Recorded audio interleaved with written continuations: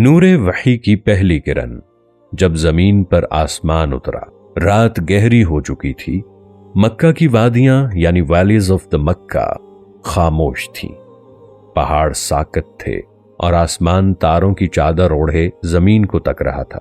مگر کچھ تھا جو تبدیل ہونے والا تھا، کچھ تھا جو کائنات میں انقلاب برپا کر دینے والا تھا۔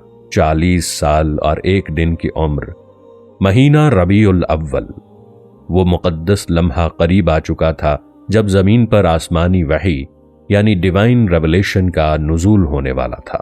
یہ وہ عمر تھی جس میں اللہ نے اپنے انبیاء کو مبعوث فرمایا، مگر انتظار تھا اس ساعت کا جب نور وحی پہلی بار ایک مقدس قلب پر نازل ہوگا۔ 6 ماہ اور 6 دن بعد 17 رمضان جبل نور کی چوٹی پر غار حرا میں یہ رات معمول کی راتوں جیسی نہ تھی۔ زمین پر ایک مقدس مہمان یعنی سیکرڈ گیسٹ اترنے والا تھا۔ آسمان کی سب سے عظیم صدا یعنی گریٹسٹ وائس گونجنے والی تھی، اور ایک ایسے اعلان کا وقت تھا جس کے بعد کبھی اندھیرا چھانے والا نہ تھا۔ جب جبرائیل علیہ السلام اترے، when Jibril descended، محمد صلی اللہ علیہ وآلہ وسلم غار حرا یعنی کیو آف حرا میں قیام پذیر تھے۔ دل اللہ کے ذکر یعنی ریممبرنس آف اللہ میں مشغول تھا، آنکھیں خشیت یعنی ریورنس سے نم تھیں، اور روح یعنی سول عالم بالا یعنی ہائر ریلم سے کسی اشارے کی منتظر تھی۔ اور پھر اچانک ایک نورانی ہستی یعنی لومینس بینگ ظاہر ہوئی۔ یہ کوئی عام منظر نہ تھا، زمین و آسمان کی سب سے جلیل القدر یعنی موسٹ آنریبل ہستی فرشتہ وحی جبرائیل علیہ السلام تشریف لا چکے تھے۔ اور پھر وہ آواز گونجی جس نے کائنات میں انقلاب برپا کر دیا، اقرا، پڑھ۔ محمد صلی اللہ علیہ وآلہ وسلم نے لرزتی آواز میں کہا، ما انا بقارئ، میں پڑھا ہوا نہیں ہوں۔ جبرائیل علیہ السلام نے انہیں سینے سے لگایا، اقرا، پڑھ۔ یہ لمحہ تاریخ کا سب سے عظیم لمحہ تھا۔ یہ وہ رات تھی جب ظلمت یعنی ڈارکنس میں روشنی کی پہلی کرن اتری تھی۔ یہ وہ رات تھی جب کائنات کو ایک نئی زندگی مل رہی تھی، اور پھر وہ مقدس الفاظ نازل ہوئے جو قیامت تک دلوں کو روشنی بخشتے رہیں گے۔ اقرأ بسم ربک الذی خلق، خلق الانسان من علق، اقرأ وربک الاکرم الذی علم بالقلم، علم الانسان ما لم يعلم۔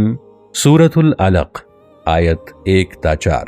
ترجمہ، پڑھ اپنے رب کے نام سے جس نے پیدا کیا انسان کو جمے ہوئے خون سے، پڑھ، اور تیرا رب سب سے زیادہ کریم ہے جس نے قلم کے ذریعے علم دیا، انسان کو وہ سکھایا جو وہ نہیں جانتا تھا۔ یہ پہلا پیغام تھا، پہلا نور تھا، پہلا اعلان تھا۔ دل دھڑک رہے تھے، آنکھیں تڑپ رہی تھیں، آسمان لرز رہا تھا، ستارے دمک رہے تھے، فرشتے جھک رہے تھے، زمین و آسمان کی روحیں سجدہ ریز تھیں۔ یہی وہ لمحہ تھا جب روحوں کی زمین تیار کی جا چکی تھی، آنکھوں کو حق دیکھنے کا وقت آ چکا تھا، دلوں میں ایمان کی شمع روشن ہونے کا وقت آ چکا تھا، کانوں کو وہ آواز سننے کا موقع مل چکا تھا جس کا انتظار ہزاروں سال سے تھا۔ یہ وہ لمحہ تھا جس کے لیے سیدنا آدم علیہ السلام سے لے کر سیدنا عیسیٰ علیہ السلام تک ہر نبی نے دعائیں کی تھیں۔ یہ وہ گھڑی تھی جب نبوت کا آخری دروازہ کھل چکا تھا۔ حرا سے مکہ تک خوف اور یقین کے درمیان، from Hira to Makkah, between fear and certainty, وحی نازل ہو چکی تھی۔ محمد صلی اللہ علیہ وآلہ وسلم کے مبارک جسم پر لرزہ یعنی ٹرمبلنگ طاری تھا، گھبراہٹ یعنی انزائٹی کے آثار نمایاں تھے۔ محمد صلی اللہ علیہ وآلہ وسلم فوراً غار سے نکلے، نیچے مکہ کی طرف روانہ ہوئے اور قدم بے اختیار سیدھا اپنے گھر کی طرف بڑھنے لگے۔ دروازہ کھلا، حضرت خدیجہ رضی اللہ عنہا نے اپنے شوہر کو اس حال میں دیکھا جو پہلے کبھی نہ دیکھا تھا۔ مجھے کمبل اوڑھا دو، مجھے کمبل اوڑھا دو، محمد صلی اللہ علیہ وآلہ وسلم کے چہرہ مبارک پر ہوائیاں اڑ رہی تھیں۔ خدیجہ رضی اللہ عنہا، سب سے پہلی تسلی دینے والی۔ Khadija the first comforter۔ حضرت خدیجہ رضی اللہ عنہا نے فوراً چادر لپیٹ دی، محبت سے تھپکی دی اور پوچھا، کیا ہوا اے میرے محبوب؟ اور پھر جب محمد صلی اللہ علیہ وآلہ وسلم نے سارا واقعہ بیان کیا تو حضرت خدیجہ رضی اللہ عنہا نے جو جملے کہے وہ رہتی دنیا تک محبت، ایمان اور فہم و فراست کی سب سے اعلیٰ مثال ہے۔ ہرگز نہیں، اللہ آپ کو کبھی ضائع نہیں کرے گا۔ آپ تو صلہ رحمی کرنے والے ہیں، بوجھ اٹھانے والے ہیں، بے سہاروں کا سہارا بنتے ہیں، مہمان نوازی کرتے ہیں، حق کی راہ میں مدد کرتے ہیں۔ یہ کلمات کسی عام عورت کے نہیں، ایک وفادار بیوی، ایک سچی دوست اور ایک عظیم عقل و فہم رکھنے والی عورت کے تھے۔ یہ تسلی تھی، محبت تھی، ہمت تھی اور سب سے بڑھ کر وحی کی تصدیق تھی۔ ورقہ بن نوفل، آخری نبی کی گواہی۔ ورقہ بن نوفل، the confirmation of the last prophet۔ پھر حضرت خدیجہ رضی اللہ عنہا محمد صلی اللہ علیہ وآلہ وسلم کو ورقہ بن نوفل کے پاس لے کر گئیں۔ وہ ایک دانشور یعنی اسکالر، تورات و انجیل یعنی تورا اینڈ گوسپل کے عالم اور اہل کتاب میں سے ایک سچے راہب یعنی ٹرو مونک تھے۔ جب محمد صلی اللہ علیہ وآلہ وسلم نے انہیں واقعہ سنایا تو ورقہ کانپ اٹھے، آنکھوں میں اشک بھر آئے یعنی ٹیئرز، اور کہنے لگے، یہ تو وہی ناموس یعنی آرچ اینجل ہے جو موسیٰ علیہ السلام پر بھی آیا تھا۔ کاش میں اس وقت تک زندہ رہوں جب آپ کی قوم آپ کو نکالے گی۔ محمد صلی اللہ علیہ وآلہ وسلم حیران ہوئے، کیا وہ مجھے نکال دیں گے؟ ورقہ نے جواب دیا، جی ہاں، جو بھی اس پیغام کو لے کر آتا ہے اسے قوم نکال دیتی ہے۔ یہ وہ لمحہ تھا جب محمد صلی اللہ علیہ وآلہ وسلم کو احساس ہو چکا تھا کہ یہ سفر آسان نہ ہوگا، لیکن اللہ نے انہیں وہی پیغام سونپا تھا جس کے لیے وہ پیدا کیے گئے تھے۔ روشنی کا آغاز ہو چکا تھا۔ یہ اعلان تھا کہ ظلمت ختم ہو چکی ہے۔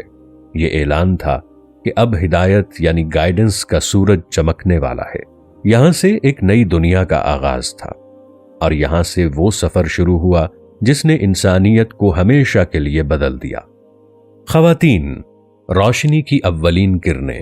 اسلام کی روشنی جب اس دنیا میں پھیلی تو سب سے پہلا دل جس نے اس روشنی کو قبول کیا وہ ایک عورت کا تھا۔ سب سے پہلی تسلی دینے والی آواز، سب سے پہلا ایمان، سب سے پہلی گواہی، سب سے پہلی محبت، یہ سب ایک عورت نے دیا۔ اسلام میں سب سے پہلا سجدہ کسی مرد کی پیشانی نے نہیں، ایک عورت کے دل نے کیا تھا۔ وہ کون تھی؟ وہ خاتون اول حضرت خدیجہ رضی اللہ عنہا تھیں۔ جب محمد صلی اللہ علیہ وآلہ وسلم پہلی بار وحی کے بعد گھر لوٹے تو گھبراہٹ کے عالم میں فرمایا، مجھے کمبل اوڑھا دو۔ ایسے وقت میں کون تھا جو یقین دلاتا کہ آپ کا رب آپ کو ضائع نہیں کرے گا؟ یہ حضرت خدیجہ رضی اللہ عنہا تھیں جنہوں نے سب سے پہلے کہا، اللہ کی قسم آپ سچ بولتے ہیں، لوگوں کے کام آتے ہیں، مسکینوں کی مدد کرتے ہیں، یتیموں کے لیے سہارا بنتے ہیں، مسافروں کی مہمان نوازی کرتے ہیں، اللہ آپ کو کبھی ضائع نہیں کرے گا۔ یہ اسلام میں عورت کی سب سے پہلی تصدیق تھی۔ یہ اسلام میں عورت کی سب سے پہلی قربانی تھی۔ یہ اسلام میں عورت کی سب سے پہلی محبت تھی۔ عورت، تکمیل انسانیت کی اولین اینٹ۔ یہ بات بھلا کون نہیں جانتا کہ انسان کی تخلیق کا آغاز حضرت آدم علیہ السلام سے ہوا، لیکن انسان کی تکمیل کس سے ہوئی؟ عورت سے۔ اللہ نے فرمایا، ہم نے تمہیں جوڑا جوڑا پیدا کیا، سورۃ النبا آیت 8۔ یعنی عورت صرف ایک صنف نہیں، انسانیت کی تکمیل کا نام ہے۔ آدم علیہ السلام کے ساتھ حوا کو پیدا کیا تاکہ وہ ایک دوسرے کے سکون کا ذریعہ بنے۔ ابراہیم علیہ السلام کو ہاجرہ علیہ السلام دی تاکہ وہ توکل کی مثال بن جائیں۔ موسیٰ علیہ السلام کو آسیہ رضی اللہ عنہا دی تاکہ فرعون کے گھر میں ایمان کا چراغ جلائے۔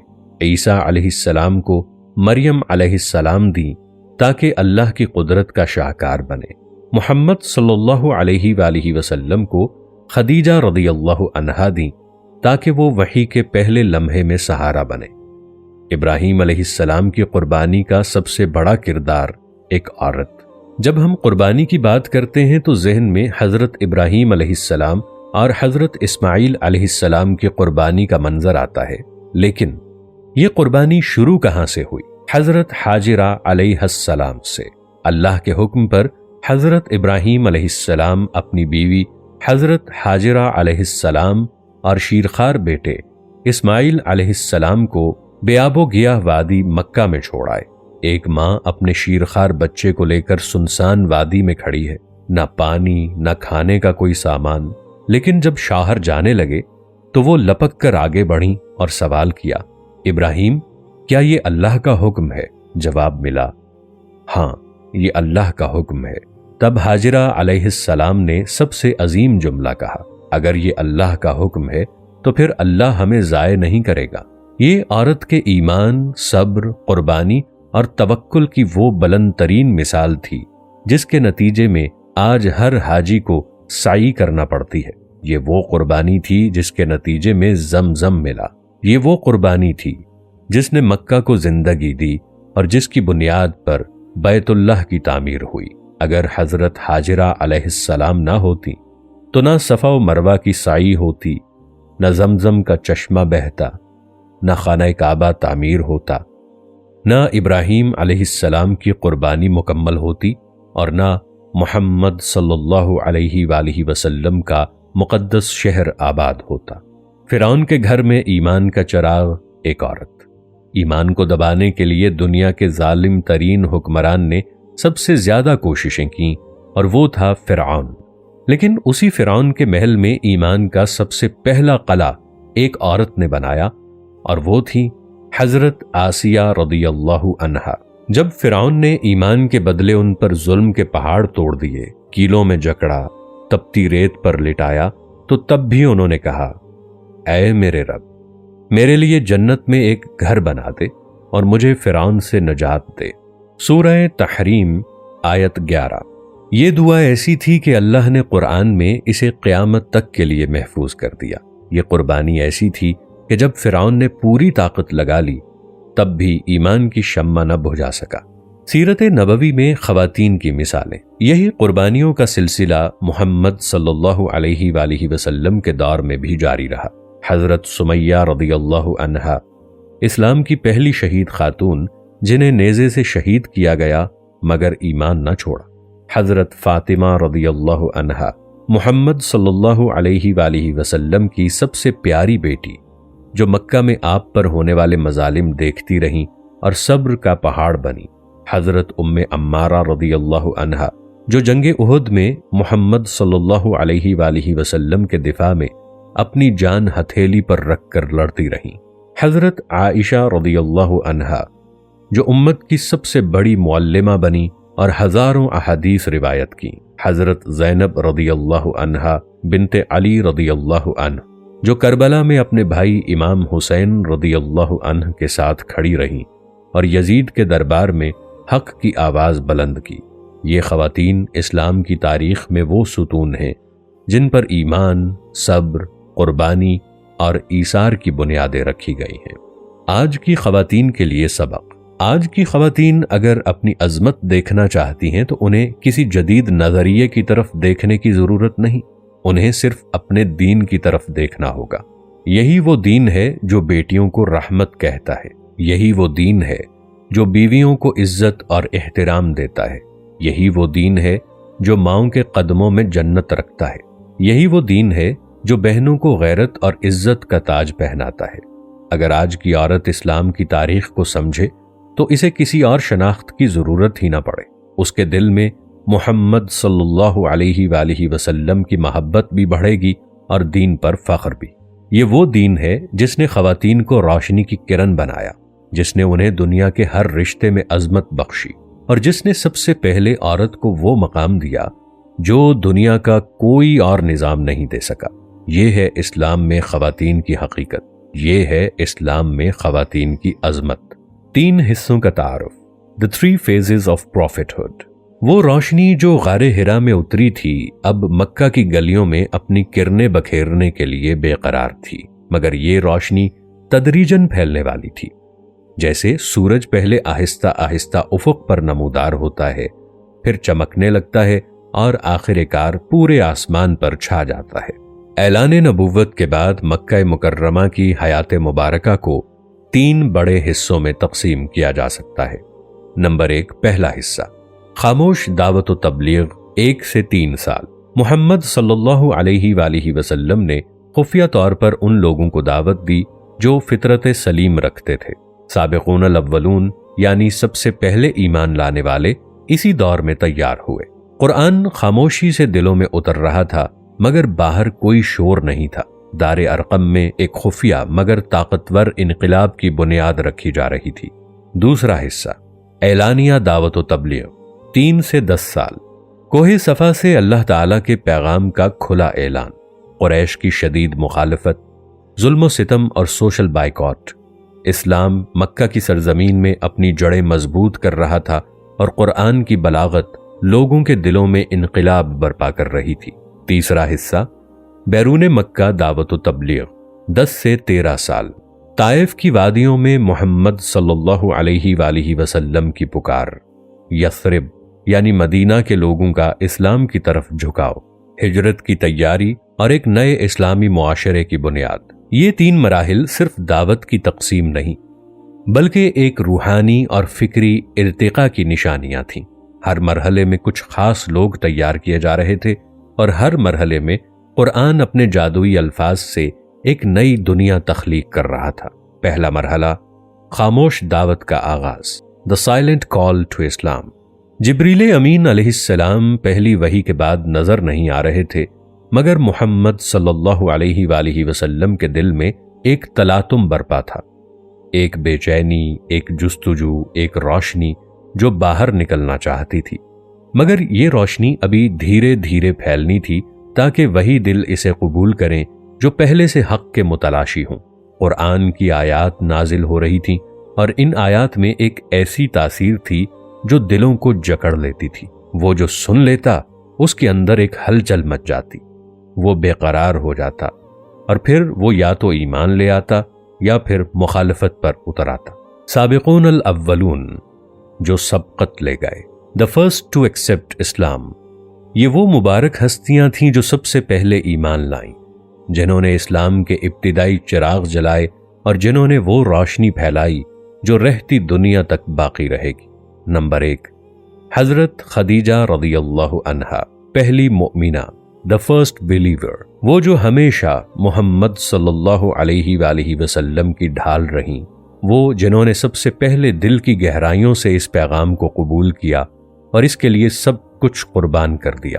دوسرے نمبر پر حضرت علی رضی اللہ عنہ، کم عمری میں بڑا فیصلہ، ایک 10 سالہ بچہ جو محمد صلی اللہ علیہ وآلہ وسلم کے زیر تربیت تھا، مگر جب اسلام کی دعوت آئی تو بغیر کسی جھجک کے ایمان لے آیا۔ تیسرے نمبر پر حضرت ابو بکر صدیق رضی اللہ عنہ، سچائی کے متلاشی، وہ جو ہمیشہ حق کو پہچاننے والے تھے۔ جب اسلام کی دعوت ان کے سامنے آئی تو بغیر کسی سوال کے اسے قبول کر لیا اور پھر انہی کے ذریعے کئی عظیم شخصیات ایمان لائیں۔ چوتھے نمبر پر حضرت زید بن حارثہ رضی اللہ عنہ، غلامی سے آزادی تک ایک ایسا غلام جو محمد صلی اللہ علیہ وآلہ وسلم کے سائے میں پلا بڑھا اور جس نے اسلام کو اپنی زندگی بنا لیا۔ اور 5ویں نمبر پر دیگر خوش نصیب ہستیاں، حضرت عثمان بن عفان، زبیر بن عوام، عبد الرحمن بن عوف، سعد بن ابی وقاص، طلحہ بن عبید اللہ رضی اللہ عنہم جیسے جلیل القدر صحابہ رضی اللہ عنہم اسی خاموش دعوت کے دار میں ایمان لائے۔ دار ارقم، پہلا اسلامک سینٹر۔ جب یہ چند پروانے نور ہدایت کے گرد جمع ہونے لگے تو انہیں ایک محفوظ جگہ کی ضرورت تھی جہاں وہ بغیر کسی خوف کے قرآن سیکھ سکیں، ایمان کی طاقت محسوس کر سکیں اور دعوت کی تیاری کر سکیں۔ یہی وجہ تھی کہ محمد صلی اللہ علیہ وآلہ وسلم نے صفا پہاڑی کے دامن میں واقع ارقم بن ابی الارقم رضی اللہ عنہ کے گھر کو منتخب کیا۔ یہ مکان صرف اینٹوں اور پتھروں کی عمارت نہ تھا، بلکہ اسلام کی پہلی تربیت گاہ، پہلا مرکز اور پہلی یونیورسٹی تھا۔ یہاں وہ قافلہ تیار ہو رہا تھا جو آگے چل کر دنیا کی تاریخ بدلنے والا تھا۔ دار ارقم میں کیا ہوتا تھا؟ قرآن کی ابتدائی صورتیں نازل ہوتی اور سکھائی جاتی، مسلمانوں کے دلوں میں ایمان کی آگ جلائی جاتی، ہر شخص کو دین کے لیے کھڑا ہونے کی عملی تیاری کروائی جاتی۔ یہی وہ جگہ تھی جہاں حضرت عمر بن خطاب رضی اللہ عنہ بھی تلوار لے کر پہنچے مگر ایمان لے آئے۔ یہ وہ جگہ تھی جہاں اسلام ایک قوت میں بدل رہا تھا۔ قرآن، بلاغت کا جادو، دا انچانٹمنٹ آف دا قرآن۔ مکہ میں شعر و ادب کی محفلیں جمتی تھیں اور عرب اپنے زبان و بیان پر ناز کرتے تھے، مگر اب ایک ایسی آواز بلند ہو رہی تھی جو ان کے تمام الفاظ پر بھاری تھی، جو ان کے شعروں کو مات دے رہی تھی، جو ان کے بتوں کو ہلا رہی تھی۔ فَإِنَّهُ تَذْكِرَةٌ، سورۃ المدثر آیت 54۔ ترجمہ، یہ تو ایک نصیحت ہے۔ وَمَا هُوَ بِقَوْلِ شَاعِرٍ قَلِيلًا مَا تُؤْمِنُونَ، سورۃ الحاقہ آیت 41۔ ترجمہ، یہ کسی شاعر کا کلام نہیں مگر تم میں سے کم ہی لوگ ایمان لاتے ہیں۔ یہ الفاظ دلوں میں گھر کر رہے تھے اور مکہ کے سرداروں کو محسوس ہو رہا تھا کہ یہ کوئی عام پیغام نہیں بلکہ یہ ایک انقلاب کی بنیاد ہے۔ آنکھیں تڑپ رہی تھیں، دل دھڑک رہے تھے، کان بےتاب تھے۔ یہ وہ وقت تھا جب اللہ لوگوں کے دلوں کو نرم کر رہا تھا، انہیں ایک بڑے پیغام کے لیے تیار کر رہا تھا۔ جیسے کسان زمین کو نرم کرتا ہے، پانی دیتا ہے، بیج ڈالتا ہے اور پھر انتظار کرتا ہے کہ فصل اگے، ویسے ہی یہ خاموش دعوت کا زمانہ تھا جب دلوں کی زمین تیار ہو رہی تھی اور عنقریب ایک عظیم انقلاب برپا ہونے والا تھا۔ اب کوہ صفا پر علانیہ دعوت و تبلیغ کا وقت قریب تھا۔